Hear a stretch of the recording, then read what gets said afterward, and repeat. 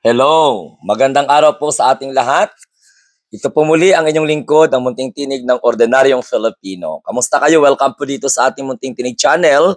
Kung kayo po ay bago sa ating channel at nalagi po kayo dito, maraming salamat. At sana po huwag niyong kalimutan mag-like, share at saka subscribe dahil malaki pong bagay po yan sa isa sa mga katulad ko na content creator. Okay. So, ang pag-usapan po natin mga kamunting tinig, wala na patumpik-tumpik pa. Nako, wala nang pa-intro-intro pero mayroon talaga. Itong si Harry Roque. Sa tingin ninyo, ano kaya ang laman ng utak ni Harry Roque? Kasi ito si Harry Roque, dito ibinuhos ng mga Duterte supporters ang kanilang suporta.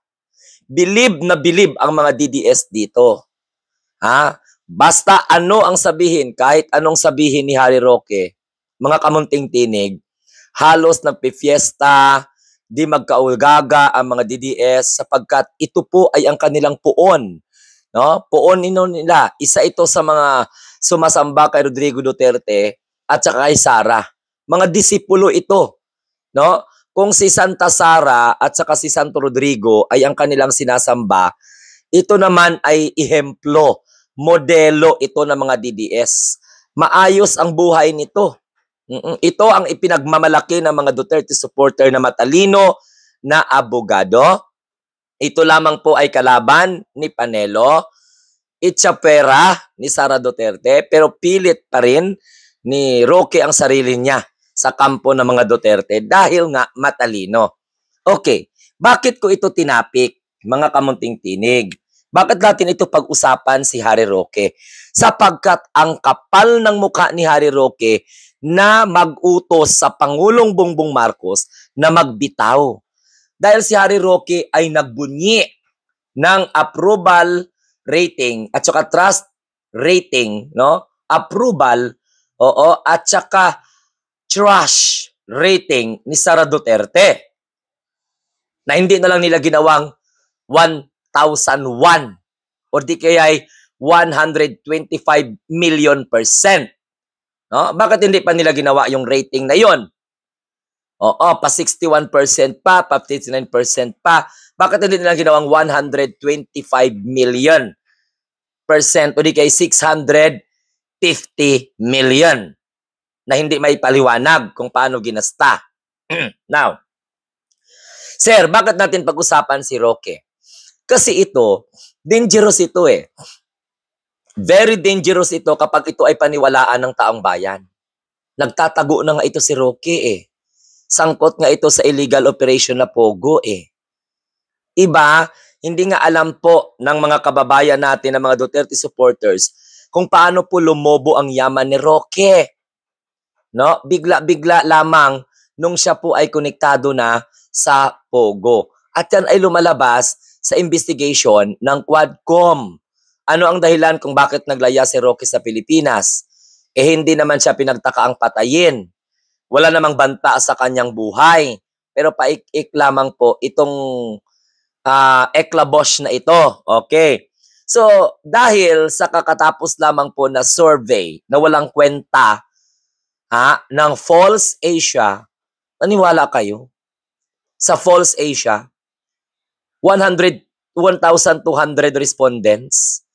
Samantalang ako, tingnan mo, 26,000 na. Hindi naniniwala sa survey ng False Asia.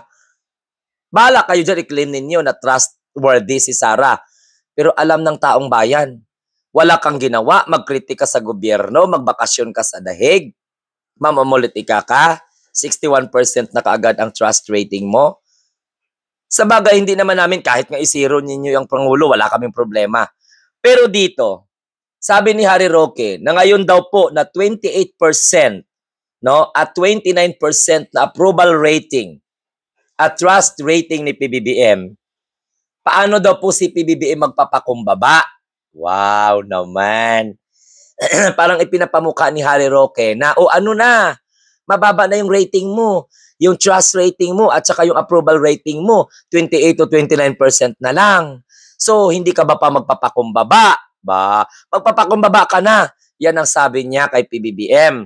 Oo, isa lang daw po ang pwedeng gawin ng ating mahal na presidente. No? Kaya ang suwestyon daw ni Roque, magbitaw daw sa pwesto ang ating mahal na Pangulo. Coming from Roque yan ha.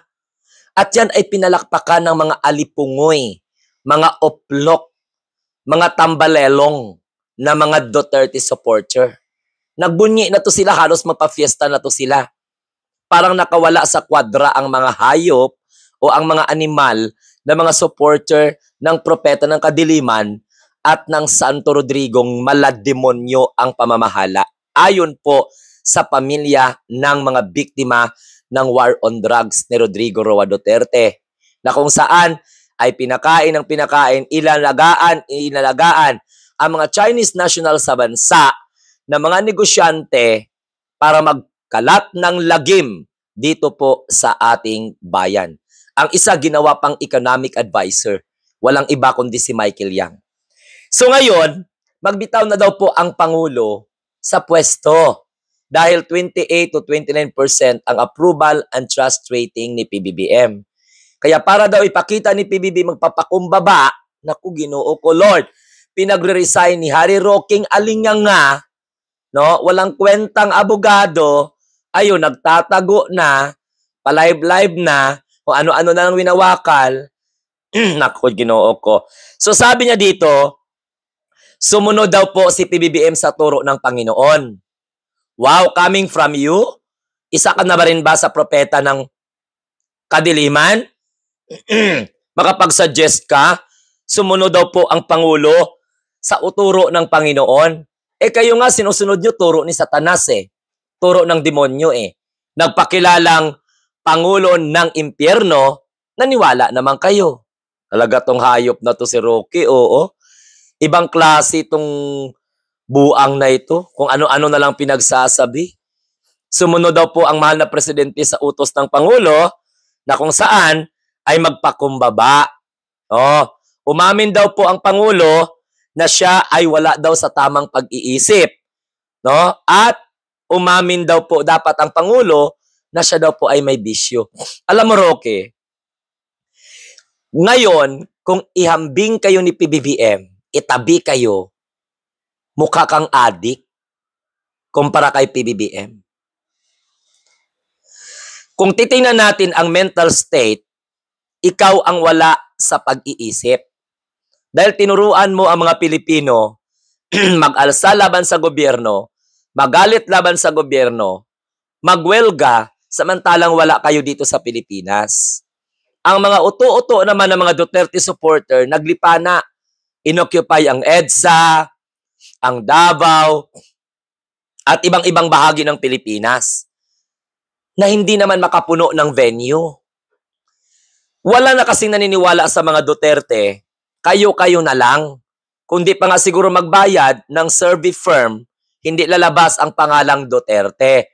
Dahil to be honest, sinusuka na ng taong bayan ang mga Duterte dahil ayaw na po namin na maghari silang muli at patahimikin ang mga kritiko. Ayaw namin na apihin nilang muli ang mga Pilipino. Gipitin ang kanilang mga kalaban. Yun talaga, gipitin ang kanilang kalaban. Tapos ibintang nila sa Marcos administration. Ha? Ang basis ninyo na wala ang tiwala ng taong bayan kay PBBM, rating mula sa 1,200 plus or whatsoever, kung ano man yan, ilan man yan ang mga respondents ng False Asia na yan. Sino ang nagbayad? Tatalakayin natin yan sa susunod. Kahit nga si Sara Duterte, hindi alam. Hindi makapaniwala na gano'n ang trust rating. Dahil alam niya sa sarili niya na wala siyang karapatan na mag-accept ng ganyang klaseng tiwala ng taong bayan. Paano kapag katiwalaan ng taong bayan kung sinusuportahan mo ang rapist na pastor? Ha? Kung nagsisinungaling ka para lamang mapapaniwala mo ang taong bayan na inaapi ka ng gobyernong ito. Paano mo pagkakatiwalaan ang isang BP na hindi alam kung ano ang mandato niya bilang pangalawang Pangulo ng Republika ng Pilipinas? Paano po aprobado at pagkakatiwalaan ng tao na hindi naman po makapagkomento itong pangalawang Pangulo natin na hindi natin nararamdaman sa mga malaking issue katulad po ng West Philippine Sea. Walang sinabi itong walang kwenta nating Vice President sa issue ng West Philippine Sea. So ibig sabihin, suportado niya kung ano man ang mga naratibo ng China sa pangangangkam ng ating teritoryo.